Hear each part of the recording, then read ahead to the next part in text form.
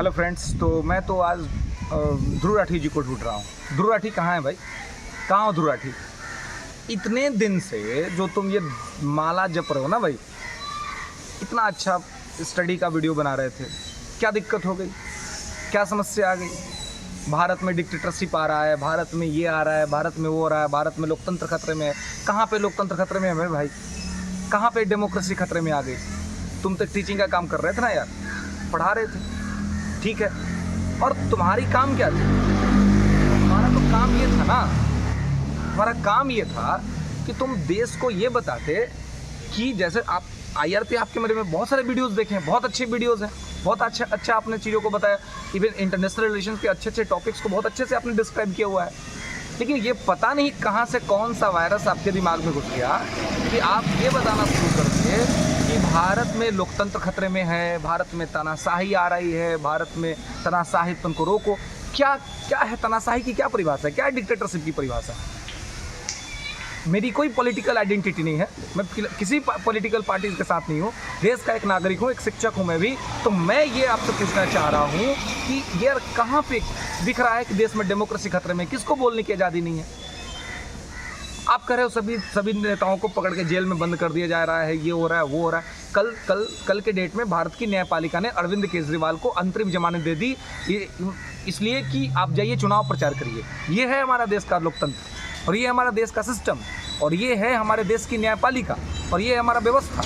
तो इतने बेहतरीन व्यवस्था के अंदर में आप कैसे कह सकते हो कि लोकतंत्र खतरे में है, डेमोक्रेसी खतरे में है और डिक्टेटरशिप तानाशाही आ रहा है? अब वो समय नहीं है मोदी जी, क्या कोई भी देश के अंदर में तानाशाही नहीं ला सकता है, कोई भी डिक्टेटरशिप नहीं ला सकता है। आप मिसलीड कर रहे हो देश को, बाहर में बैठ करके आप भारत के लोगों को मिसलीड करने का काम कर रहे हो कि डिक्टेटरशिप आ रही। कौन सी डिक्टेटरशिप? आप 4-5 ऐसे उदाहरण बता दो मुझे, एकदम एग्जैक्ट परफेक्ट उदाहरण बताओ जिससे ये पता चले कि भारत में वास्तव में डिक्टेटरशिप है।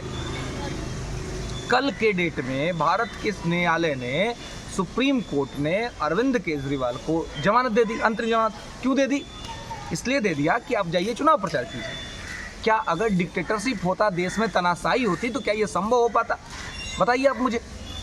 नहीं हो पाता ना। हम सब खुल करके बोल पा रहे हैं, आप स्वयं खुद को बताओ ना यार। तुमको किसी ने चैलेंज किया था, जो कि गलत था, नहीं करना चाहिए था चैलेंज। तुमको किसने चैलेंज किया था कि दम हो तो भारत में आकर के वीडियो बना कर दिखाओ? तुम आए, तुमने भारत में वीडियो भी बनाया। तुमको किसी ने रोका क्या? तुमको किसी ने टोका क्या? तुमको किसी ने मारा क्या? तुम पे किसी ने पत्थर फेंकी क्या? जब ऐसा कुछ भी नहीं हुआ देश में, आ करके बना करके चले गए हीरोबाजी करके देश के अंदर में, और आप कहते हो कि देश में डेमोक्रेसी खतरे में है। आप कह रहे हो कि देश में डिक्टेटरशिप आ रहा है। डिक्टेटरशिप अगर देखना है ना भाई, तो चाइना में जाकर के देख लो, डिक्टेटरशिप समझ में आ जाएगी। डिक्टेटरशिप क्या होती है? पढ़े तो हो ही, पढ़ाते भी हो तो समझते रहे होगे। रसिया में देख लो डिक्टेटरशिप कैसी होती है। जिम्बाब्वे में देख दो, रॉबर्ट मुगाबे का शासन, समझ में आ जाएगा डिक्टेटरशिप कैसी है। अगर हिम्मत है तो जाके बना के दिखा दो वहाँ पे एक वीडियो आप उसके डिक्टेटरशिप के खिलाफ।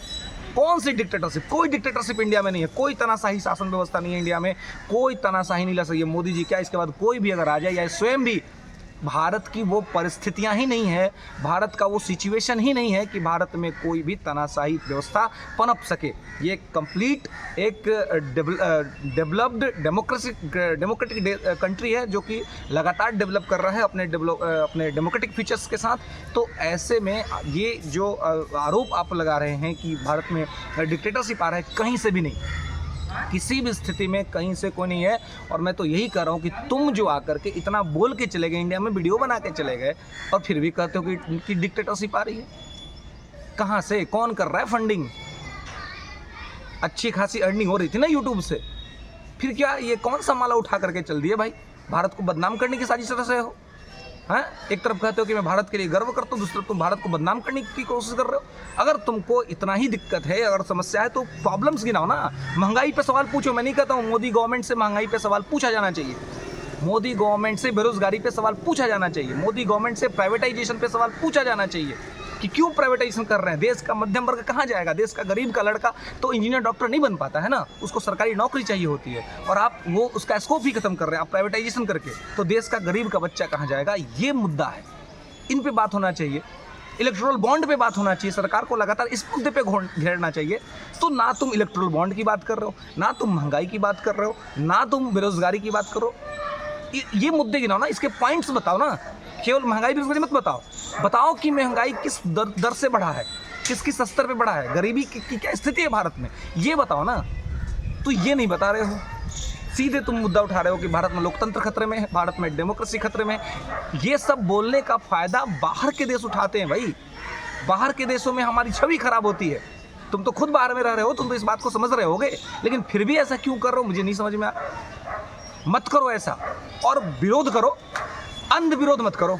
ध्रुव राठी, अंध विरोध मत करो, अंध विरोध करने का अधिकार तुम्हें नहीं है। और तुम ये अगर अंध विरोध करोगे तो ये सबको मैसेज जाएगा कि ये अंध विरोध ही सही है।